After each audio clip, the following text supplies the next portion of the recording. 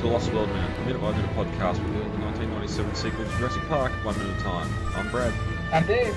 And today we're discussing minute 19 of the Lost World. Dave, how you been? I'm good. I'm also sort of a Terminator fan, a little bit. Kind of grew up around the movie. My dad loves the movie, so I always was watching the movie from a young age, especially Terminator 2. And I recently bought a long slide AMT hardballer, an airsoft version that I've been hunting for years from an e-bike. Oh, nice. Very cool. Yeah.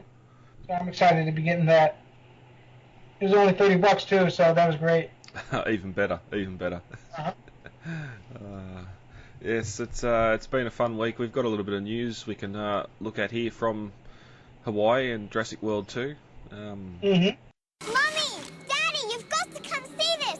I found something! First up, we got completed sets, and there's no spoilers here. This stuff's all pretty much officially announced. So we got a completed set from Hawaii, some sort of bunker.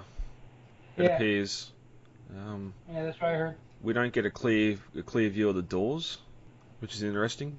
They look like they're wooden. Well, they're probably going to paint over that. Yeah. You know, it look steel or something. No, I was just wondering if they had sort of like the appearance of the Jurassic Park gates or something to further tie it to a time, whether it's something left behind from Jurassic Park or if it's something new. They kind of remind me of the tunnels from the tunnels that they come out of in the T-Rex paddock in the first movie. Yeah, and that was speculation when we seen the framework go up. Because it was sort of on the side of a mountain, and it looked like a tunnel coming out of a hill. We've seen comparisons of this set with one of the highway tunnels on Hawaii as well. That's very similar looking architecture. Sort of very Russian, Soviet Union, just large concrete and steel, or concrete and glass. So it's an interesting one. I can't wait to see how this plays in. Has Lockwood been held up on Isla Nublar all this time in a bunker? I doubt it, but still.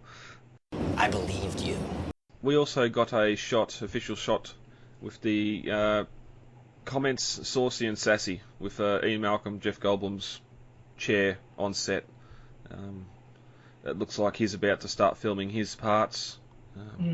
We've been told they've just passed the halfway point, so whether this is on location filming or if this is on the stages at England. I believe it was a studio on stage in England. Yeah, it almost looks like a pillar.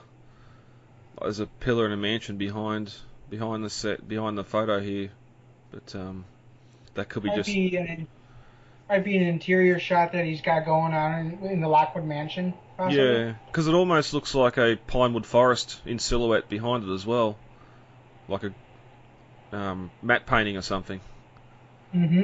So yeah, it could be. That's interesting. So we're getting these little tidbits from the production. It'll be good to see. You can't shave 3 days off my deadline and expect everything to be ready. I'm not fully supplied. I haven't field tested any of this. We've got filming dates for Hawaii for Ancient Futures. Monday, June 5th to Saturday, July 15. So just over a month they're going to be there for filming. As I said, the sets are being built. Most of them are nearing completion. The zip line at Kailua Ranch seems to be the best view you'll get of these sets being built. So if you are in the Hawaii area and you can take some shots from while you're zip lining and having fun, then post them up. We'd love to see this stuff. Yeah. But don't go walking onto the sets, please. No, you don't want anybody arrested because of us. Yeah, we had when Real News posted the airstrip stuff last week, we were discussing it. I was talking to them. Apparently, the first people that read that, went to the airstrip and walked straight on the set, and got into trouble. So don't do that. View from afar, or just stay clear of the production team. What do you think you were going to document? What do you think you were going to see? Alright, so that's the news over for the week. If you're ready to go, Dave, we'll get into this week's minute. All right, let's go. Radio. As we enter the 18th minute of The Lost World, Eddie Carr is describing the high hide to Ian Malcolm, saying that it goes up high and hides the researchers out of harm's way. At 18 minutes and 4 seconds, Malcolm says, no, it puts them a very convenient biting height, and the two begin to walk away from the high hide. At 80 minutes and 8 seconds, Malcolm then asks Eddie if he has the time, and tells him that they're leaving in 3 hours. This gets the two going into their own little squabble once again. At 80 minutes and 12 seconds, Kelly Malcolm begins to walk amongst the Mercedes AAVs as the music begins to pick up. As she continues to make her way towards the rear of the trailer, sparks fly as we get a further look at some of the vehicles being worked on. At 18 minutes and 23 seconds, Kelly puts her backpack down and climbs onto the tailgate of the rear trailer. At 80 minutes and 30 seconds, Kelly begins to walk through the trailers, touching things as she goes. At 80 minutes and 33 seconds, with a smile on her face, she says, "This is so cool." At 18 minutes and 45 seconds, she looks at a large map as drums begin to pound. As we zoom in closer, we see that it's Isla Sorna and the 5 deaths, Los Cinco Mortes. At 18 minutes and 56 seconds, we cut to a shot very high up, looking down at the ship in the open ocean. And this ends the 19th minute of The Lost World. Alright, so as we ended the last minute, we had Eddie talking to Malcolm about the high hide, how it goes up high and keeps the researchers out of harm's way. Then at the start of this minute, we get the line from Malcolm. Puts them at a very convenient biting height. Which is true. If we're thinking that the winch on the Mercedes is going to winch it up, they're only going to get about 15-20 metres in the air, so that is biting height for a lot of carnivores. Mm-hmm.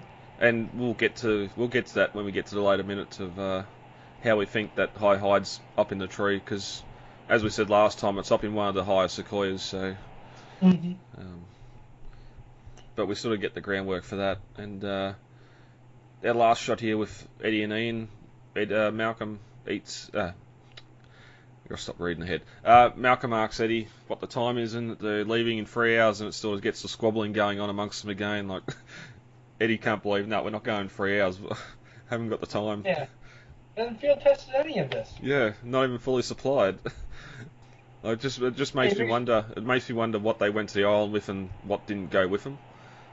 So it makes me wonder if they're not fully supplied. Then I'm assuming the supplies means research equipment, tools, in case I have a breakdown, food possibly. And I'm just thinking, what are they going to eat? Yeah. Did they make up sandwiches in 3 hours? A bunch of sandwiches and stuff them in the fridge? Well, that's it. In the novel, they had a lot of pre-prepared wrap sandwiches that went along. But freeze-dried stuff. Yeah. Sort of. We see later on Kelly's cooking scrambled eggs. It looks like on the campfire. So they must have taken some poultry with them. We never really see inside the fridge to get a look at what goes on a expedition like this. You'd think it'd be a lot of freeze-dried stuff. Yeah, I saw it. I remember when she's when they're putting all the stuff away, they got oranges and stuff. Oh yeah. And yeah, we sort of last couple of minutes we've been talking about the RV and some of the concept art for it. And one of the main concept art pieces we posted up, which was the full shot of the trailers themselves. You can see that there's actually bridging equipment and stuff like that on top of the trailers. So with the concept art anyway, they prepared a lot more for the island than what we see in the film. And maybe even some defensive capabilities. Yeah, possibly. I would have loved the callback later on when the Rex is attacking and Malcolm's trying to push buttons and nothing's working, and Doc's saying I didn't have time to put any of that in. Would have been a little comedic bit again. Yeah. But we get the start of a great scene, one of my favourites of the film. We get Kelly walking amongst the vehicles towards the rear of the trailer. And we get one last look at this, at all the stuff being worked on again. 3 hours, and there's bonnets up, there's parts missing off vehicles, and we get the start of the journey to the islands off the soundtrack, which I absolutely love. Depending on which soundtrack you're listening to, on the original one, I think it was Malcolm's Journey that started this. In the new special edition re-released one. It's it's Journey to the Island, and it's a great track. I know she drops a bag down at the ladder before she climbs up. Yeah, she does. I think that's probably the bag of stuff she was probably expecting to go to the island with. Yeah. Well, she had to have been planning something, because later we see sleeping bags and that don't really look like expedition sleeping bags. No. Which makes me wonder first off how all that fits in that little backpack.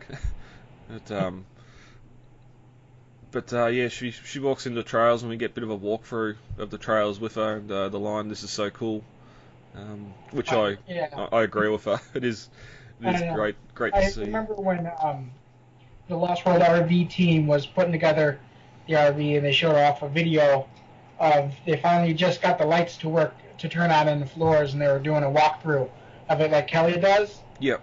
And that's just and they commented on the page, "This is so cool." Or Kelly says. Yep. Yeah, we haven't really discussed much about the RV team and what they're doing there with the Screen News RV. We will dedicate the start of an episode to it coming up. Probably when the with the RV's demise, we'll go on that it's gone from film, but not gone from our hearts. We can talk about that there. But if you haven't seen it, jump over onto the YouTube channel of The Aficionado and check out what they've been doing there. It's great stuff. But as she walks into the rear section of the front trailer, I notice there's a smaller map of the 5 deaths up on the wall that I've never noticed before. And I wonder if that's just a computer monitor, because it seems odd that this large map of Costa Rica and the 5 deaths is just sitting there on the wall, and that's all it's there. Well, actually, if you look on the map, if you look closely, it's clearest on the Blu-ray version. You can actually see it says there's a magnetic disturbance at Isla Nublar's coordinates. So I always found that kind of interesting, that they're kind of covering up Isla Nublar. Oh, okay. Is that when she looks at the map? Yeah. It's off in a little text box. So that would explain why Isla Nublar is not on the map in the trailers. Yeah, there's a lot of other stuff here she walks past too that I'd love to see. Because I don't know, that map on the wall I was talking about before, the little one, I don't know if that's a computer screen or if it's sort of like a pouch on the wall with just physical maps and documents, because it looks like there's a satellite photo there as well. But then there's something in front of him, but the kitchen and all that's there in front of it, with looks like a coffee maker. Interesting. And the power board. Just looking behind her head when she goes to look into the map, where you see the like a power box. There's some other smaller maps and bits of paper stuck on the wall. Yeah. Like pinned to the wall. I also have a zoomed in picture of that I'm going to post up. Alright, yep. Lovely. Is that the that magnetic thing, is that in the that little text box between Costa Rica and the 5 Islands? Yes, I believe so. Oh, okay, yep. This quality isn't this isn't good enough to see that. No. And we get the drums building up their percussion, and and we get a look at the 5 deaths and Isla Sorna. Which, as I was saying before, it's just weird that they've got this large map on the island and it can't, or maybe it can change to something else, whether it's just like a light box. They can put another image in. They might have a satellite image of the island they can put there. I would have loved to see that. But and then we cut with the shot high up above the ship in open ocean, open water, and that score's continuing to play along in the background. And if I haven't said it before, I love it. Anything else from this minute you want to go into? We're finally on our way to Sorna. No, I think we're good. Rightio. We'll get out of here and we'll be back next time with minute 20. Alright. Alright guys, let's get the hell out of here. Contact details are on the website, thelostworldminute.com. You can email feedback to thelostworldminute@gmail.com, Facebook, The Lost World Minute, Twitter @TheLostWorldMinute, and Instagram, The Lost World Minute. Easy to remember. Yeah, very easy to remember. Right. David, thank you for joining me for this record. You're welcome. And we'll be back. I've been Brad. I'm Dave. And we'll talk to you all later. Goodbye. Talk to you later. Bye. It is absolutely imperative that we work with the Costa Rican Department of Biological Preserves to establish a set of rules for the preservation and isolation of that island. These creatures require our absence to survive, not our help. And if we could only step aside and trust in nature, life